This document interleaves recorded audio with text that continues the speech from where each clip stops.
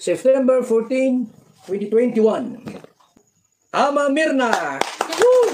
Congrats po kay Ama Mirna.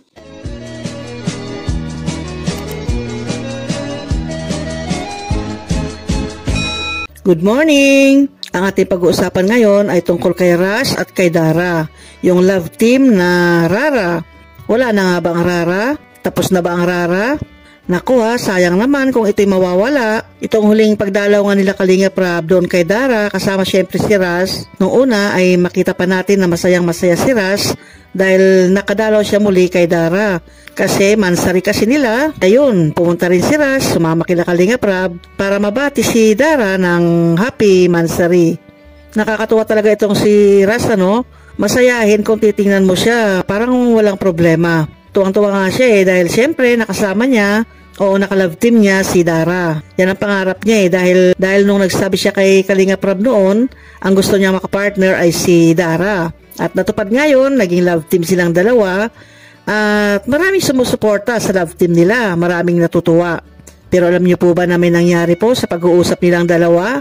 Nag-usap si Rush at saka si Dara at yun, nakapag-open si Dara sa kanya kung ano yung sa loobin ni Dara at kung ano yung gusto niyang mangyari sa love team nilang dalawa.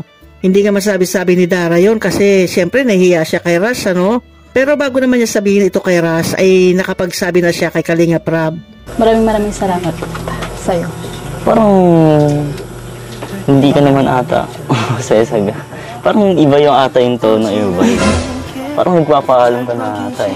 Hindi naman, siguro napag-usapan kasi namin ni Kuya Rab na mas mabuti mo nang walang ka-love team para makapag-focus sa pag-aral. Mas talo ka na sa college and sa sarili din.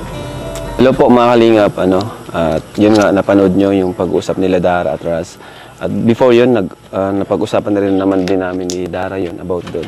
Ayun, sa wakas nasabi rin ni Dara. At yun, nahulaan naman talaga ni Rush kung anong ibig sabihin ni Dara dahil siyempre sa umpisa pa lang ay parang may pahiwatig na si Dara na kakalasta siya o hindi na matutuloy yung love team nilang dalawa. Naramdaman yun ni Rush. Kaya para kay Rush ay hindi naman siya nalungkot kundi naghihinayang din siya siyempre. Dahil nanghinayang din siya dahil marami na rin nagsusupport sa love team nilang dalawa. Lahat ng sinabi ni Dara ay okay naman kay Rush, tanggap naman niya.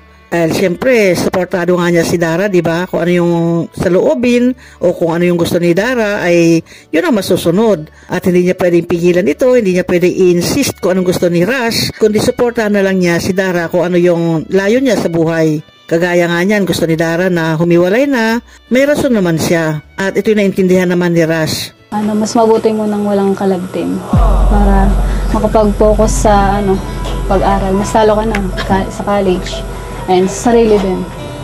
Di ko kaya makapagsabayan sa ibang tulad nila Ate Carla, nila Ate Joy.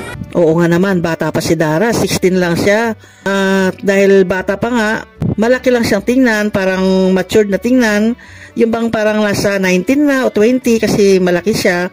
Pero 16 pa lang si Dara. At sinabi naman niya na hindi niya kaya makipagsabayan dito kila Carla, kila Joy, ganun. Dahil alam natin na si Dara, hindi pa niya na-experience yung mga ganyan-ganyan kasi mga love team, o yung mga ligaw-ligaw siguro, ganun, hindi pa niya naranasan. Kaya yun, hindi siya pwedeng makipagsabayan pa, hindi niya kayang makipagsabayan pa.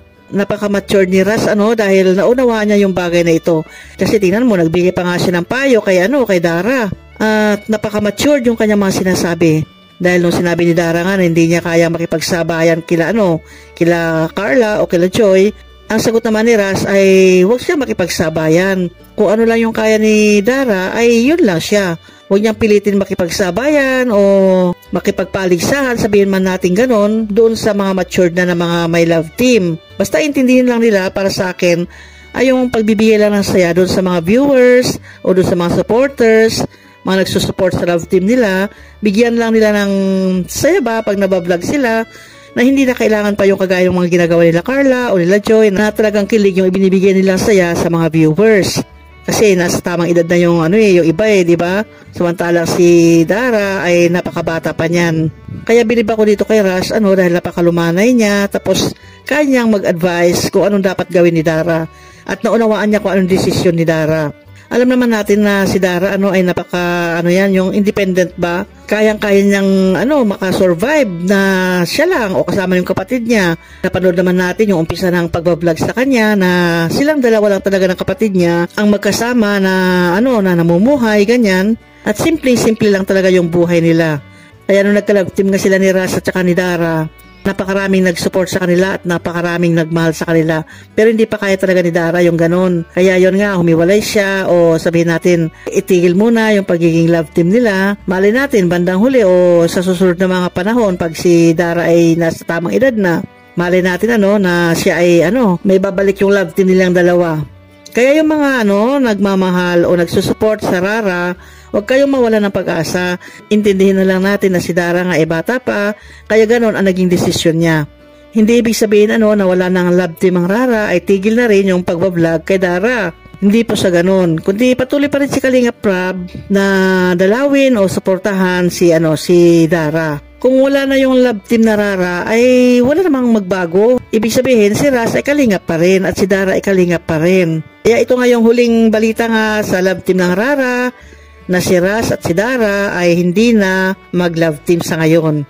Okay, hanggang dito na lamang ang aking video. Salamat muli sa inyong panonood. Hanggang sa muli. Bye-bye!